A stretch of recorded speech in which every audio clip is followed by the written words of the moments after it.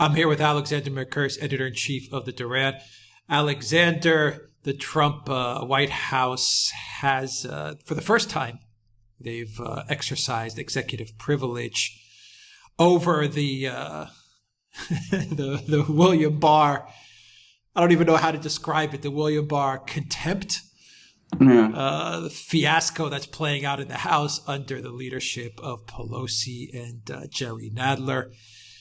The House has voted. Let me pull up those numbers for you, Alexander. The House has delivered a verdict along partisan lines that Barr is in contempt.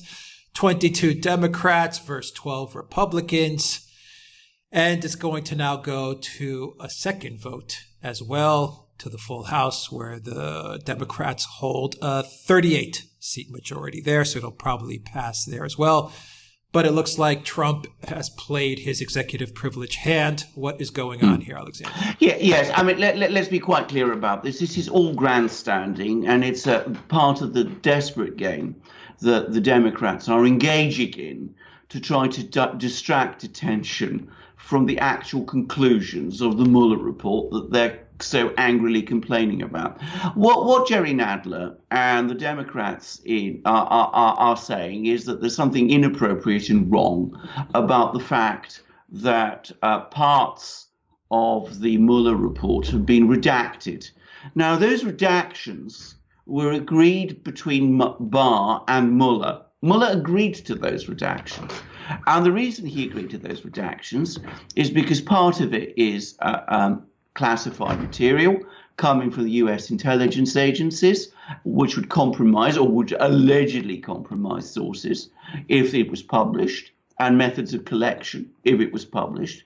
And the other part of it is material which is covered by grand jury proceedings, which by law has to be redacted. I mean, Barr doesn't have any discretion on this question. Now, so what the Democrats are complaining about is nonsense, because as only 8% of the Mueller report was redacted, and none of the main conclusions were redacted, and certainly none of the major material on the obstruction issue, which is what they're really complaining, what they're really focusing on, was redacted. What redactions that took place are, as I said, of a sort that are required by law. So to actually go through the motions of holding William Barr in contempt because all he has done is apply the law is crazy. It's absolutely nuts. It's the most ridiculous piece of grandstanding I've ever seen. And of course, what's going to happen is the House of Representatives will, as you correctly say, because the Democrats hold a majority there, find Barr in contempt. That's not the first time that's happened. The Republicans once did the same to Eric Holder, who was Barack Obama's Attorney General. And that's where it will all die, because there is no mechanism to enforce this. The Justice Department and the FBI will not take action against their own boss because their boss is carrying out the law. But Donald Trump's decision to apply executive privilege upon the Mueller report prepares the ground for what I think is now going to happen. It's going to be a major legal battle in the courts, going all the way up to the Supreme Court, which Donald Trump and William Barr will eventually win. Why would it go to the Supreme Court? I mean, if the Democrats they don't have any legs to stand on. From what I understand, they can even go to a special room in the Congress under closed doors, not bring in their mobile phone, and they could actually read the full unredacted report. But I understand they haven't done that either. They're too lazy, and they're too incompetent to do that as well. So, I mean, why would it escalate and go all the way to the Supreme Court if this thing doesn't have any validity whatsoever?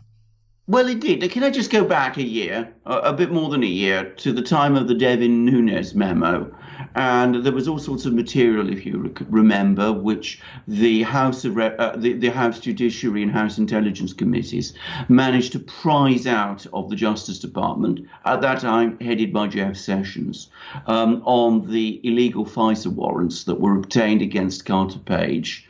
And if you remember, the Justice Department and the FBI were very reluctant to release this information, even though it should have been released. And they eventually agreed to have it looked at in a closed room in exactly the way that you've described. And Trey Gowdy and Devin Nunes went there and made notes. And Adam Schiff did the same. And they each published conflicting memos on the contents of what they read there. And there was no question of anybody being found in contempt of Congress because of that sort of thing. This is the correct procedure. This is what you do. And I mean, at the end of the day, what the Democrats are doing is just silly grandstanding. Now, why is it going to go all the way to the Supreme Court? Because one thing has become completely clear to me since Donald Trump was elected, is that there are judges in the federal court system who can be predicted to take anti-Trump decisions, even if they have no basis in law. That was what happened over the executive order that Donald Trump issued, which blocked the entry into the United States from people in certain Middle Eastern countries right at the beginning of his presidency. I said at the time he acted entirely within his constitutional prerogatives to make that executive order, even though I personally didn't agree with it. But I never thought there was a ghost of a legal case. All sorts of federal judges, to my incredulity, ruled otherwise. There was an extraordinary decision in the Ninth Circuit, the appeal court of the Ninth Circuit in California, which also ruled otherwise. It went all the way up to the Supreme Court, which delivered the entirely predictable and correct judgment that Donald Trump was acting within his constitutional prerogatives, which it had seemed to me was obvious anyway. I suspect that we're going to go through the same circus all over again. All right, so the Democrats are practicing a game of diversion. They're out to smear Barr. I see this decision by Trump as kind of, confirmation that he has confidence in Barr, because I think under Sessions none of this would have taken place. And I also think that the fact that the Trump White House is showing, that they are confident with the Attorney General and the path that they're about to take, vis-a-vis the Democrats, we're going to be seeing, Barr, kind of going on the offensive, and we may be seeing some indictments on the Democrat side as to the real collusion and the real obstruction that was taking place at the DNC with Hillary Clinton campaign and the FISA warrants and then the FBI surveillance and James Comey and all that other stuff. I mean, the signs are there. I agree with all of that. By the way, I should add that Donald Trump's letter informing the Congress that, executive privilege was going to be invoked was actually makes it very clear that he did this on Barr's advice. So Barr and Trump are working very closely on this one. There's no question about it. Trump has confidence in Barr, and Barr has confidence in the law, and is sure that he will win. And there's no doubt about it. As I said, when it goes to the Supreme Court will find in Barr's favor on this one. I have no doubt about that whatsoever.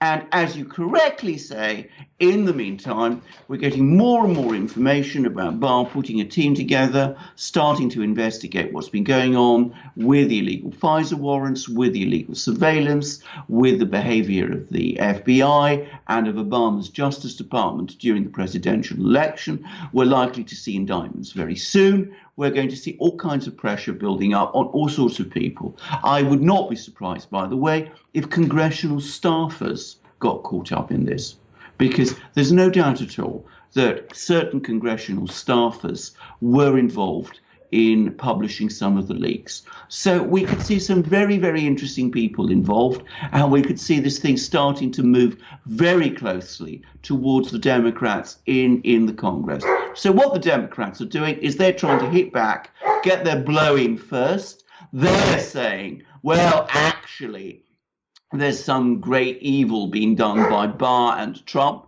Note that they're not actually saying what that evil is. And they're trying to divert attention away from the fact that Mueller quite clearly and definitely found that there had been no collusion between Donald Trump, his campaign, and the Russians, and was unable to find that there was any obstruction by Donald Trump personally either. So they're trying to give the impression that there is something horribly wrong, when in fact there is nothing wrong. And they're going through all this motion, which they've been doing right the way since Russiagate started, which is to create lots of noise, generate lots of smoke, and hope that that keeps people confused and their own base supportive. Yeah, and they collude with the mainstream media as well, the left-leaning establishment mainstream media, which, helps propagate their ridiculous stories, because this story in particular is beyond stupid. I mean, well, it is. They have the report. You said it's 8% redacted. They have it. So, I mean, the whole thing is beyond dumb. And anyone that buys into it is equally as stupid. That includes, the Don Lemons and the Anderson Coopers, the Brian Stelters, the Rachel Maddows, and everyone, that is following this story that actually buys into the fact that Barr is somehow, in contempt or obstructing justice. I mean, they're either stupid or they're fanatical or they're dishonest. And I think in the case of several of those people, almost certainly the last, because they cannot be unaware that Mueller cleared Trump of collusion. I mean, he did. It's there in his report. I've read the wretched thing, all 448 pages of it. So, I mean, this myth that they've been propagating for the last 3 years that Donald Trump is the Siberian candidate has turned out to be absolute nonsense. And by pretending that these 8% of redactions, I mean, one of those redactions, I mean, the single biggest redaction I saw when I read it was the one which covered the evidence that the FBI and the Justice Department and Mueller say they have against the 12 Russians who they accuse of hacking the DNC computers. Do the Democrats really want that part of the Mueller report unredacted? I don't think so. I'd like to see that. I'd love to see it. To be honest, I'd be delighted if the Democrats got their way on this one. I'm sure lots of people would. I'm sure the Russians would be thrilled if the whole Mueller report was published in unredacted form. I think there would be, lots and lots for people like us to say, but it's not going to happen. And if you believe in a US law and you take things like grand jury protections and the principle of classified information seriously, then of course it won't be, because, I mean, that is what the law says. Yeah, don't believe anything that, you're seeing on, with Pelosi and Nadler and, their fake outrage and pretty much just really, really good acting. They know that Barr is going to come after them. And, well, we've said many times, this thing goes very high up. It goes all the way to Obama. There's no doubt about it. Absolutely. I'm glad you said fake outrage. The only part of your question, your comment I don't agree with is good acting. I thought it was frankly very bad acting. I mean, as I said, I don't think many of them believe a word of what they're saying. To be frank, I mean, they've read I mean, most of them have read. I mean, if they haven't read the report, their staffers have. They know that Barr is acting entirely legally. They know perfectly well this is a political play. It's a disgraceful one. It's a wrong one, and we should say so. But as I said, most of the people in Congress. I mean, there may be some idiots who think otherwise. I mean, I can well believe that. There are some people who are so stupid that they don't understand it. But Adam most of Schiff, Derek Swalwell, guys well, like that, I think. Maxine Waters. well, indeed. But as I said, the bulk of them know exactly what's going on, and they know exactly what they're doing, and they're playing a dirty trick on the American people, frankly, by pretending that there is some big issue here when there is none. And they're going to waste a huge amount of taxpayers' dollars and court time arguing a case which doesn't exist. Yeah, I agree with you on that one. Alexander Mercouris, Editor-in-Chief of the Duran, thank you very much. And guys, if you like this video, click on the subscribe button down below and click on that notifications bell to get notifications every time we push out a new video. Visit the Duran shop, pick up a t-shirt, help support the Duran. In the description box down below, you'll find links to our PayPal and Patreon pages. Please donate to the Duran. That really helps us out a lot. And you can get this video in audio format. Follow us on iTunes and SoundCloud as well. And don't forget, you can follow us on Instagram, @theduran_com. And make sure to download the Blank Chat app and follow us there as well to get notifications every time we push out a new video. Go to our new site, theduran.com, and see all the articles that Alexander is linking up to as well. Alexander Mercouris, Editor-in-Chief of the Duran. Till next time, everybody, take care.